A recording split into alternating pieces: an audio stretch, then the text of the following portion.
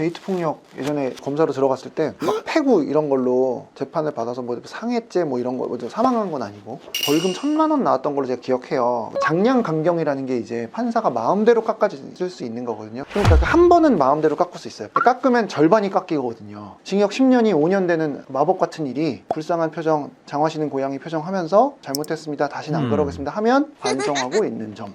그게 너무 저는 좀 부당하다고 생각이 돼서, 그래서 그때 반성문 쓴 사람만 구속시키려고 했던 게 그래서 그런 거예요. 안녕하세요. 검사 출신 최용희 변호사입니다. 네, 오늘은 최근 화제가 되고 있는 교제살인에 대해서 이야기해 보려고 합니다.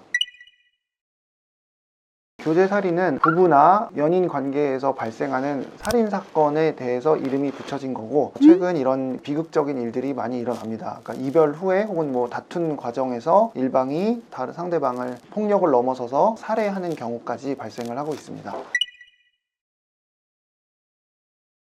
이거 정답이 없는 너무 어려운 문제인데, 그 징조라는 것도 사실 뭐 누가 누굴 때렸다고 해서 다음 스텝은 죽이겠지라고 생각할 수는 없는 거고, 때렸다면 그 당시에 신고했다면 그거에 대한 조치는 있었을 것 같아요. 가벼운 처벌이든 아니면 접근금지 명령이 내려오든, 아니면 신고는 했지만 서로 원만히 합의가 돼서, 보통 연인 사이나 부부 사이는 처음에 피해를 당할 때는 무서우니까 일단 신고는 하는데, 신고가 되고 이제 서로 진정이 되고 시간이 지나면 그냥 용서하는 경우도 많거든요. 그럼 그 자체로는 이미 사건이 이미 끝난 거라서 이대로 두면 이 사람은 살인할 것이라는 걸 누군가 미리 안다면 당연히 뭔가가 이루어져야겠지만 그런 건 아니기 때문에 참 이게 어려운 문제인 것 같아요. 작정하고 어떤 범죄를 저지르거나 아니면 우발적으로 어떤 범죄를 저지른다면 사전적으로 막을 방법이 과연 있는지에 대해서는 의문입니다. 그리고 또 하나, 실제 검사로 일할 때도 접근 금지 신청 같은 게 들어온 사건들을 보면 굉장히 나쁜 폭력도 있지만 좀 지나치게 사소한 거에 대해서 접근 금지 해달라고 신청하는 경우도 솔직히 있고,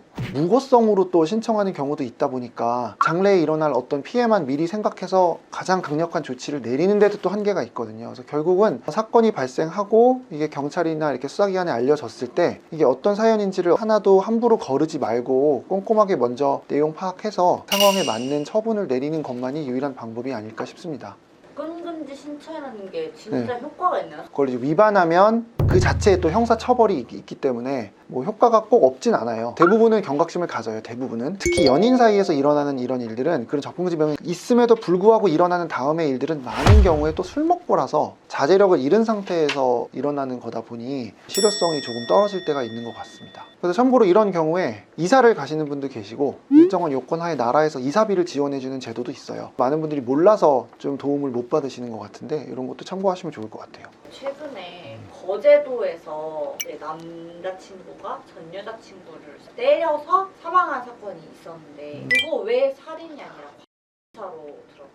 그건 좀 법률적인 문제가 있을 것 같은데요. 그러니까 어떤 물리력에 의해서 누군가가 사망을 하면 적용될 수 있는 죄명이 여러 개가 있습니다. 흔한 걸로는 살인죄가 있고, 상해치사도 있을 수 있고, 폭행치사도 있을 수 있고, 뭐 과실치사도 있을 수가 있습니다. 이것들은 죄명이 다르고 처벌 수위가 다른 게 가장 큰 실익인데, 각 사안마다 어떤 걸 적용해야 될지는 매번 명확하진 않을 수도 있습니다. 그래서 내가 누구를 한 5대 정도 때려서 죽었다라고 하면 이게 살인인지 아니면 때려서 죽었으니까 폭행치사인지 상해치사인지 애매합니다. 그래서 치사는 사망의 결과를 직접적으로 의도하진 않았다는 거거든요. 그렇다면 여기서 구별 기준이 되는 것은 행위 당시의 고의거든요. 그래서 사람을 죽일 의도로 때려서 죽였으면 살인죄고, 그건 아닌데 그냥 때리려고만 해서 때렸는데 우연히 죽었다라고 한다면 살인죄는 아니고 폭행치사나 상해치사죄가 될 수 있거든요. 근데 고의라고 하는 것은 사람 마음속에 있는 것이다 보니 이거를 정확하게 판단하기가 어렵고, 수사하고 재판 과정에서는 대부분의 피의자 피고인들은 살인의 고의를 부정하기 때문에 과연 그 부정하는 이 사람의 말이 맞는지에 대해서 확인하고 조사하는 게 필요한데, 이걸 명확히 확인하기가 정말 어렵습니다. 여러 번 폭력을 행사해서 사망하게 한 경우, 이런 경우는 이 정도를 때렸다면 이거는 상대방이 죽을 수 있다는 것을 너는 미필적으로나마 감수한 거야, 즉 미필적 고의를 인정해서 살인죄를 인정할 수도 있지만 그 정도는 아닌 것 같아, 이렇게 생각해서 살인죄 적용이 안 될 수도 있습니다. 그러면 네. 그냥 때리는 거랑 소리를 지를까봐 입을 막고 때리는 거랑 또 달라요? 근데 물론 뭐 입을 막았다고 해서 꼭 더 죽이려고 했다 뭐 이렇게 단정 지을 수는 없는데, 그러니까 입을 막는 것도 소리 지르는 걸 막기 위한 것인지 숨을 못 쉬게 하기 위한 것인지는 뭐 다를 수 있겠죠. 결국 그런 것들은 이 사람의 고의를 판단하는 데의 요소도 될 수 있고 격하게 폭력을 행사한 경우라고 볼 수 있으니까 그런 것들이 다 처벌 수위를 정함에 있어서 참작이 됩니다. 술을 마셨다, 초범이다 이런 이유로 감형을 해주기도 하나요?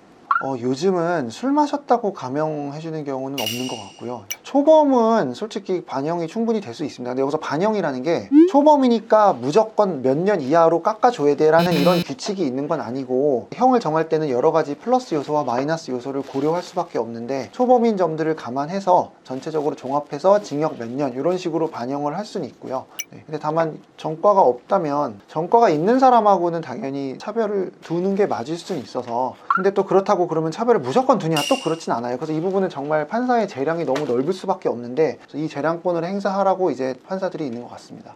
나는 마약을 했기 때문에 기억이 없다, 내가 한 짓이 아니다 라고 하면은 살인에 대해서 감경이 될 수도 있나요? 물론 모든 행위는 내가 지배하는 행위 하에 일어난 범죄여야 처벌받는 거거든요. 그래서 쉽게 말해 정신질환이 있으신 분들도 그 종류에 따라서는 처벌을 아예 안 받을 수도 있어요. 그런 경우에는 어느 정도여야 하냐면 내가 어떤 행위를 하는지를 나도 모르고 내가 알 수도 없고 전혀 그 행위의 의미를 인식조차 못하는 경우이어야 합니다. 어떻게 사람을 죽였는데 무죄가 나오냐라고 하는데, 그 사람을 실제로 보면 그 사람은 심신상실이라는 게 정말 느껴지는 것이, 사형 선고를 받을 수도 있는 재판인데도 전혀 감정의 동요가 없고 평온한 표정과 말투로 먼 산을 바라보면서 저는 어쩔 수가 없었습니다. 시간을 돌려도 같은 행동을 했을 겁니다. 이렇게 말을 해요. 근데 여기서 아셔야 될 건 무죄라고 해서 이 사람을 풀어주고 집에 보내는 것은 아니고 치료 감호라고 그래서 영원히 나가지 못하게 일정한 시설에 가다 두는 조치를 취합니다. 그래서 그런 부분의 차이가 있고, 마약 이런 경우는 이 정도라고 보통 보기는 어렵기 때문에 형사처벌을 피하기는 어려워 보이고 오히려 가중 요소가 될 수도 있습니다. 왜냐면 마약을 한 것도 내 행위고 그 행위로 인해서 내가 평소에는 하지 않았을 행위를 또 한 거기 때문에 오히려 더 불리하게 작용할 수 있습니다. 아마 이거를 확실하게 사전에 싹 다 예방할 수 있는 뾰족한 방법은 솔직히 없을 것 같고, 그나마 이제 할 수 있는 것 중에 하나는 형사처벌을 강화하는 방법일 것 같습니다. 왜냐하면 형사처벌의 그 목적 자체 중에 하나가 일반 예방적 효과라 그래서 범죄를 처벌함으로 인해서 이것을 보는 사회, 국민들이 저런 짓을 하면 저렇게 되는구나, 그러니까 하지 말아야지, 이런 인식을 심어주는 거거든요. 처벌을 강화하는 것이 하나가 방법이 될 것 같고, 내가 어떤 피해를 입을 것 같은 위기에 있다면 빨리 경찰에 신고를 하고 국가의 도움을 받도록 하는 것이 최선일 것 같습니다. 그리고 이 과정에서 신고를 당한 분들도 억울한 피해를 보는 일은 없어야 되기 때문에 신고를 받고 처리하는 경찰이라든가 아니면 피해자를 지원하는 기관이라든가 이런 곳에서 사연을 꼼꼼하게 경청하고 그 사안에 맞는 적정한 처리를 하는 것이 필요할 것 같습니다. 지난 판례를 참고해서 형량을 이 정도로 조정을 하잖아요. 지난 판례를 꼭 그 참고를 해서 형량을 이만큼 줘야 되는지. 근데 제가 알기로 다른 사건에서의 형량을 고려하는데 그렇게 많이 고려할 수는 없을 거예요. 왜냐하면 똑같은 사건이 없기 때문에 어떻게 죽였고 왜 죽였고 하는 것들은 다 다를 수밖에 없어서 그대로 복부 타듯이 반영을 하지는 않을 것 같아요. 그럼 그냥 조금 주는 거네요, 처벌을. 처벌이 좀 약한 경우도 있는데 실제로 보면은 되게 센 처벌도 많고요. 저 정도 해야지라는 생각이 또 들기도 해요. 우리가 밖에서 볼 때는 기록을 보는 게 아니라서 죽였는데 뭐뭐래 이것만 보통 보니까 이거 너무 처벌이 가벼운 건 아니야 라는 생각이 드는데, 그럼 실제로 가벼운 경우도 있지만 또 아닌 경우도 있어서 그건 케이스 바이 케이스인 것 같아요. 보상을 포함해서 좀 포괄적으로 말씀드리면 형사 고소를 해서 처벌받게 할 수 있고, 가족으로서 받은 피해에 대해서 민사로 민사상 손해배상 청구를 할 수 있습니다. 그리고 범죄로 인해서 사망하였을 경우에는 사망한 피해자의 유족은 국가에 유족 구조금을 청구할 수도 있습니다. 다만 유족 구조금은 그 범죄가 우리나라 안에서 발생했어야 됐고 교통사고와 같은 과실로 인해서 발생한 범죄는 제외됩니다. 검사로 일했을 때 피해자 지원을 전담했던 시절이 있었는데요. 생각보다 국가에서 피해자를 지원하는 제도들이 잘 갖춰져 있는 면이 있고, 그런데 이게 많이 알려지지 않아서 잘 활용이 안 되는 경우도 많거든요. 예를 들어 범죄 피해자 같은 경우에 뭐 스토킹이나 이런 피해를 받은 경우에 일정한 요건 하에는 이사할 수 있고, 이사하면 이사비를 지원해주고 이런 제도들이 있는데 이걸 몰라서 이용 못하는 경우는 좀 안타깝더라고요. 그리고 이런 금전적인 지원뿐만 아니라 신변보호 지원, 그리고 심리적인 지원, 그리고 법률 상담까지도 지원을 해주기 때문에 피해를 당하신 분들은 검찰청이나 경찰청 이런 기관에 연락을 해서 도움받을 수 있는 부분이 없는지 문의를 해보셨으면 좋겠습니다.